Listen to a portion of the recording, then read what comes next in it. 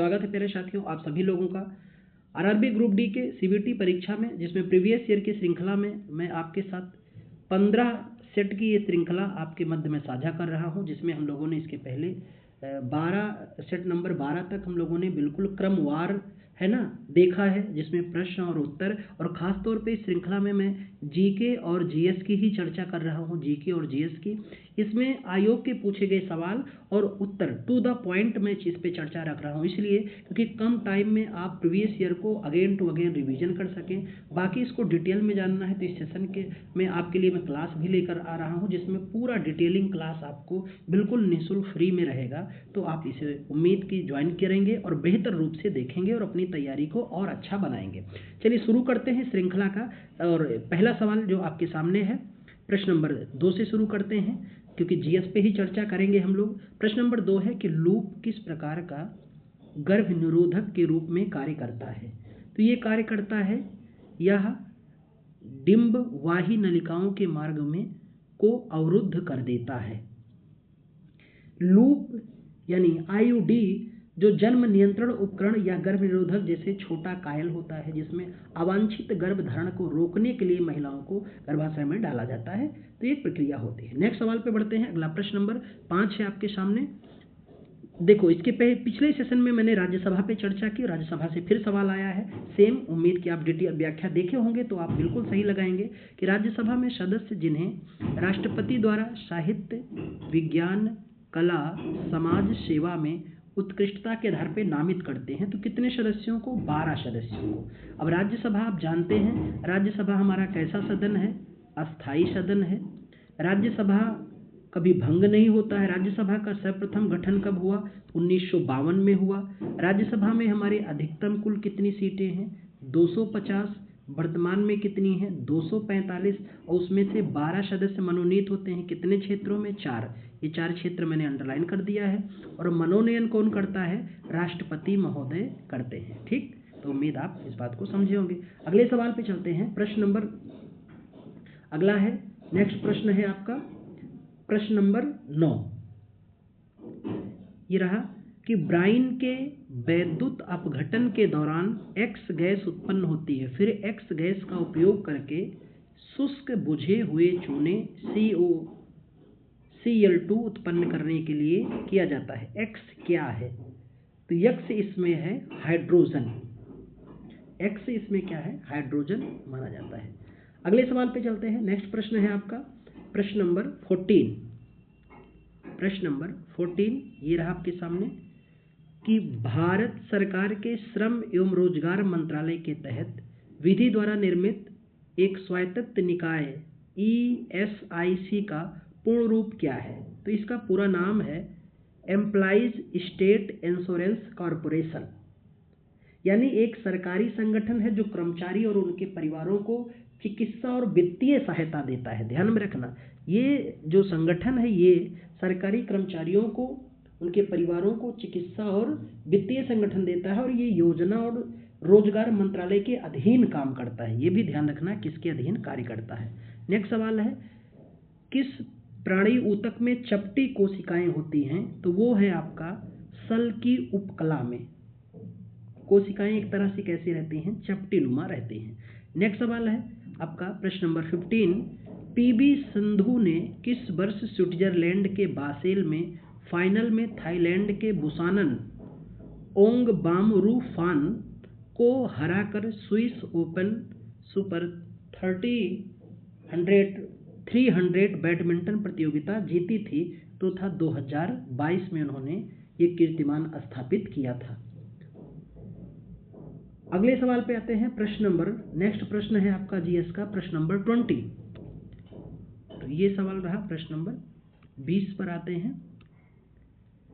किसी क्षेत्र में नगर पालिका, नगर निगम या पंचायत बनाने का अधिकार किसके पास होता है?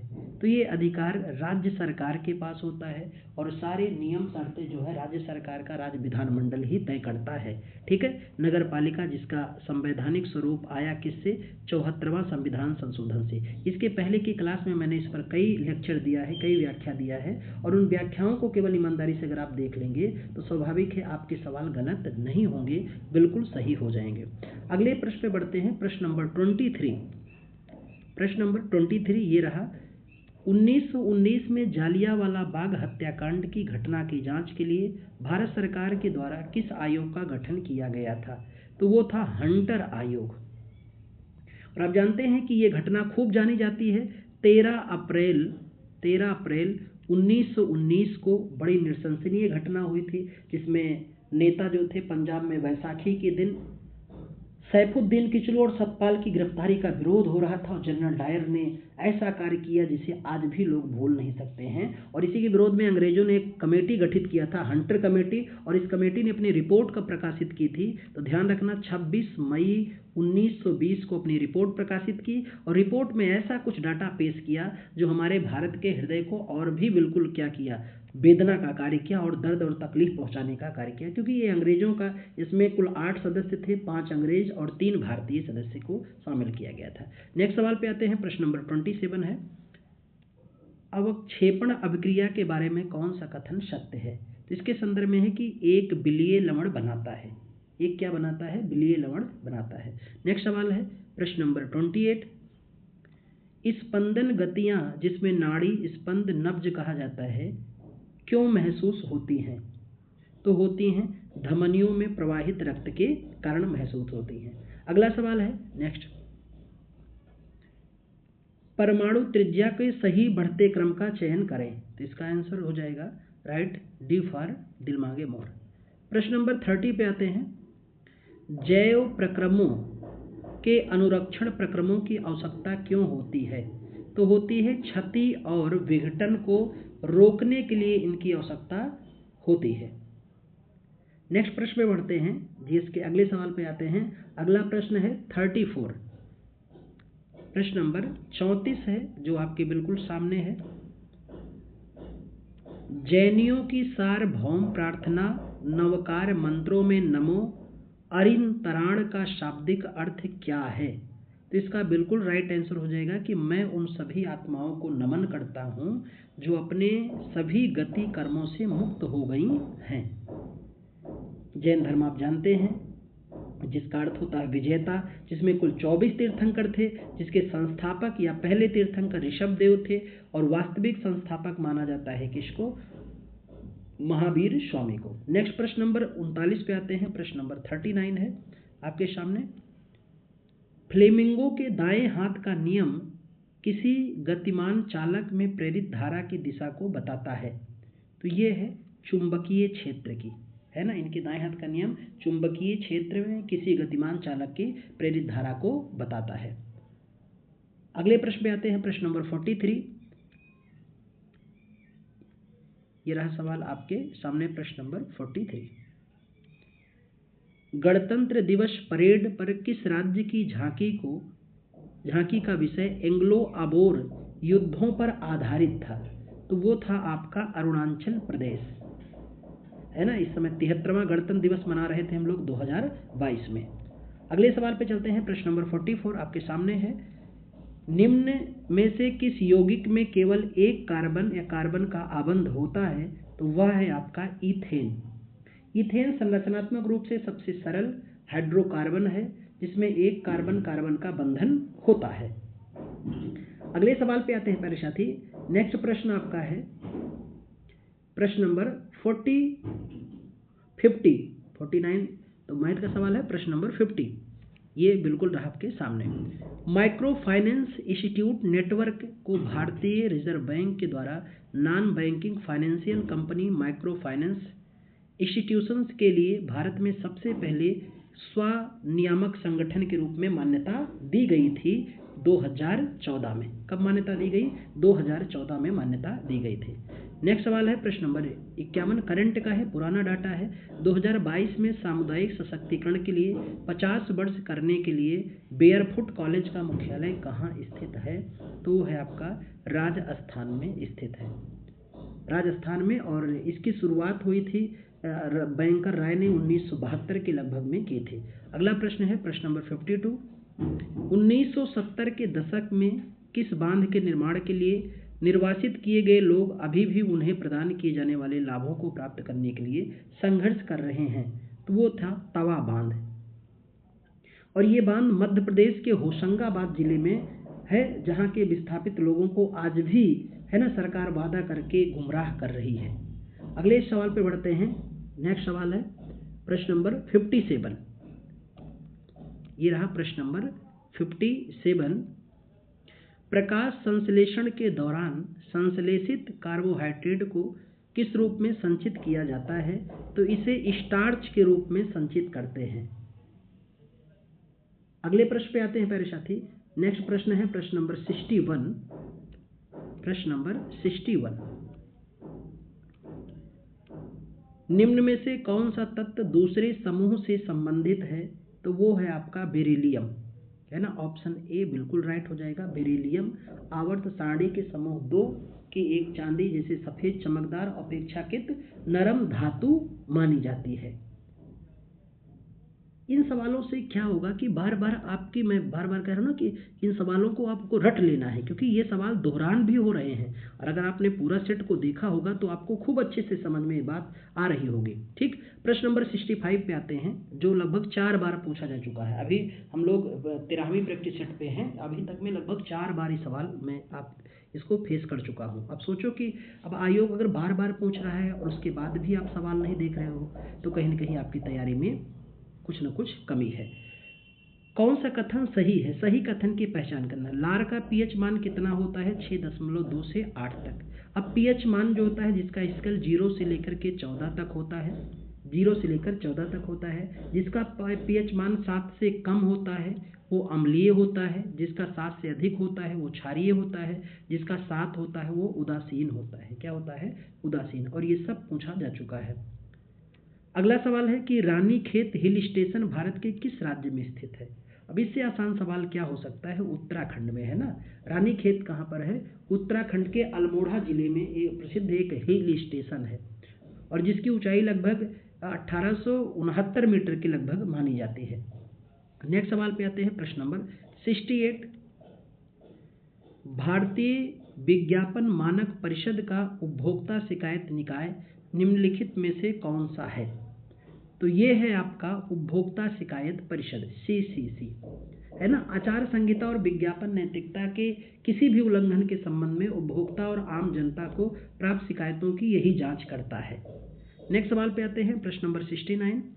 वायुमंडल के उच्च स्तरों पर स्थित ओजोन अणु पर कार्यरत अल्ट्रावायलेट विकिरण एक उत्पाद है। किसका उत्पाद माना जाता है? ये ऑक्सीजन का उत्पाद मानते हैं। नेक्स्ट सवाल है प्रश्न नंबर 70।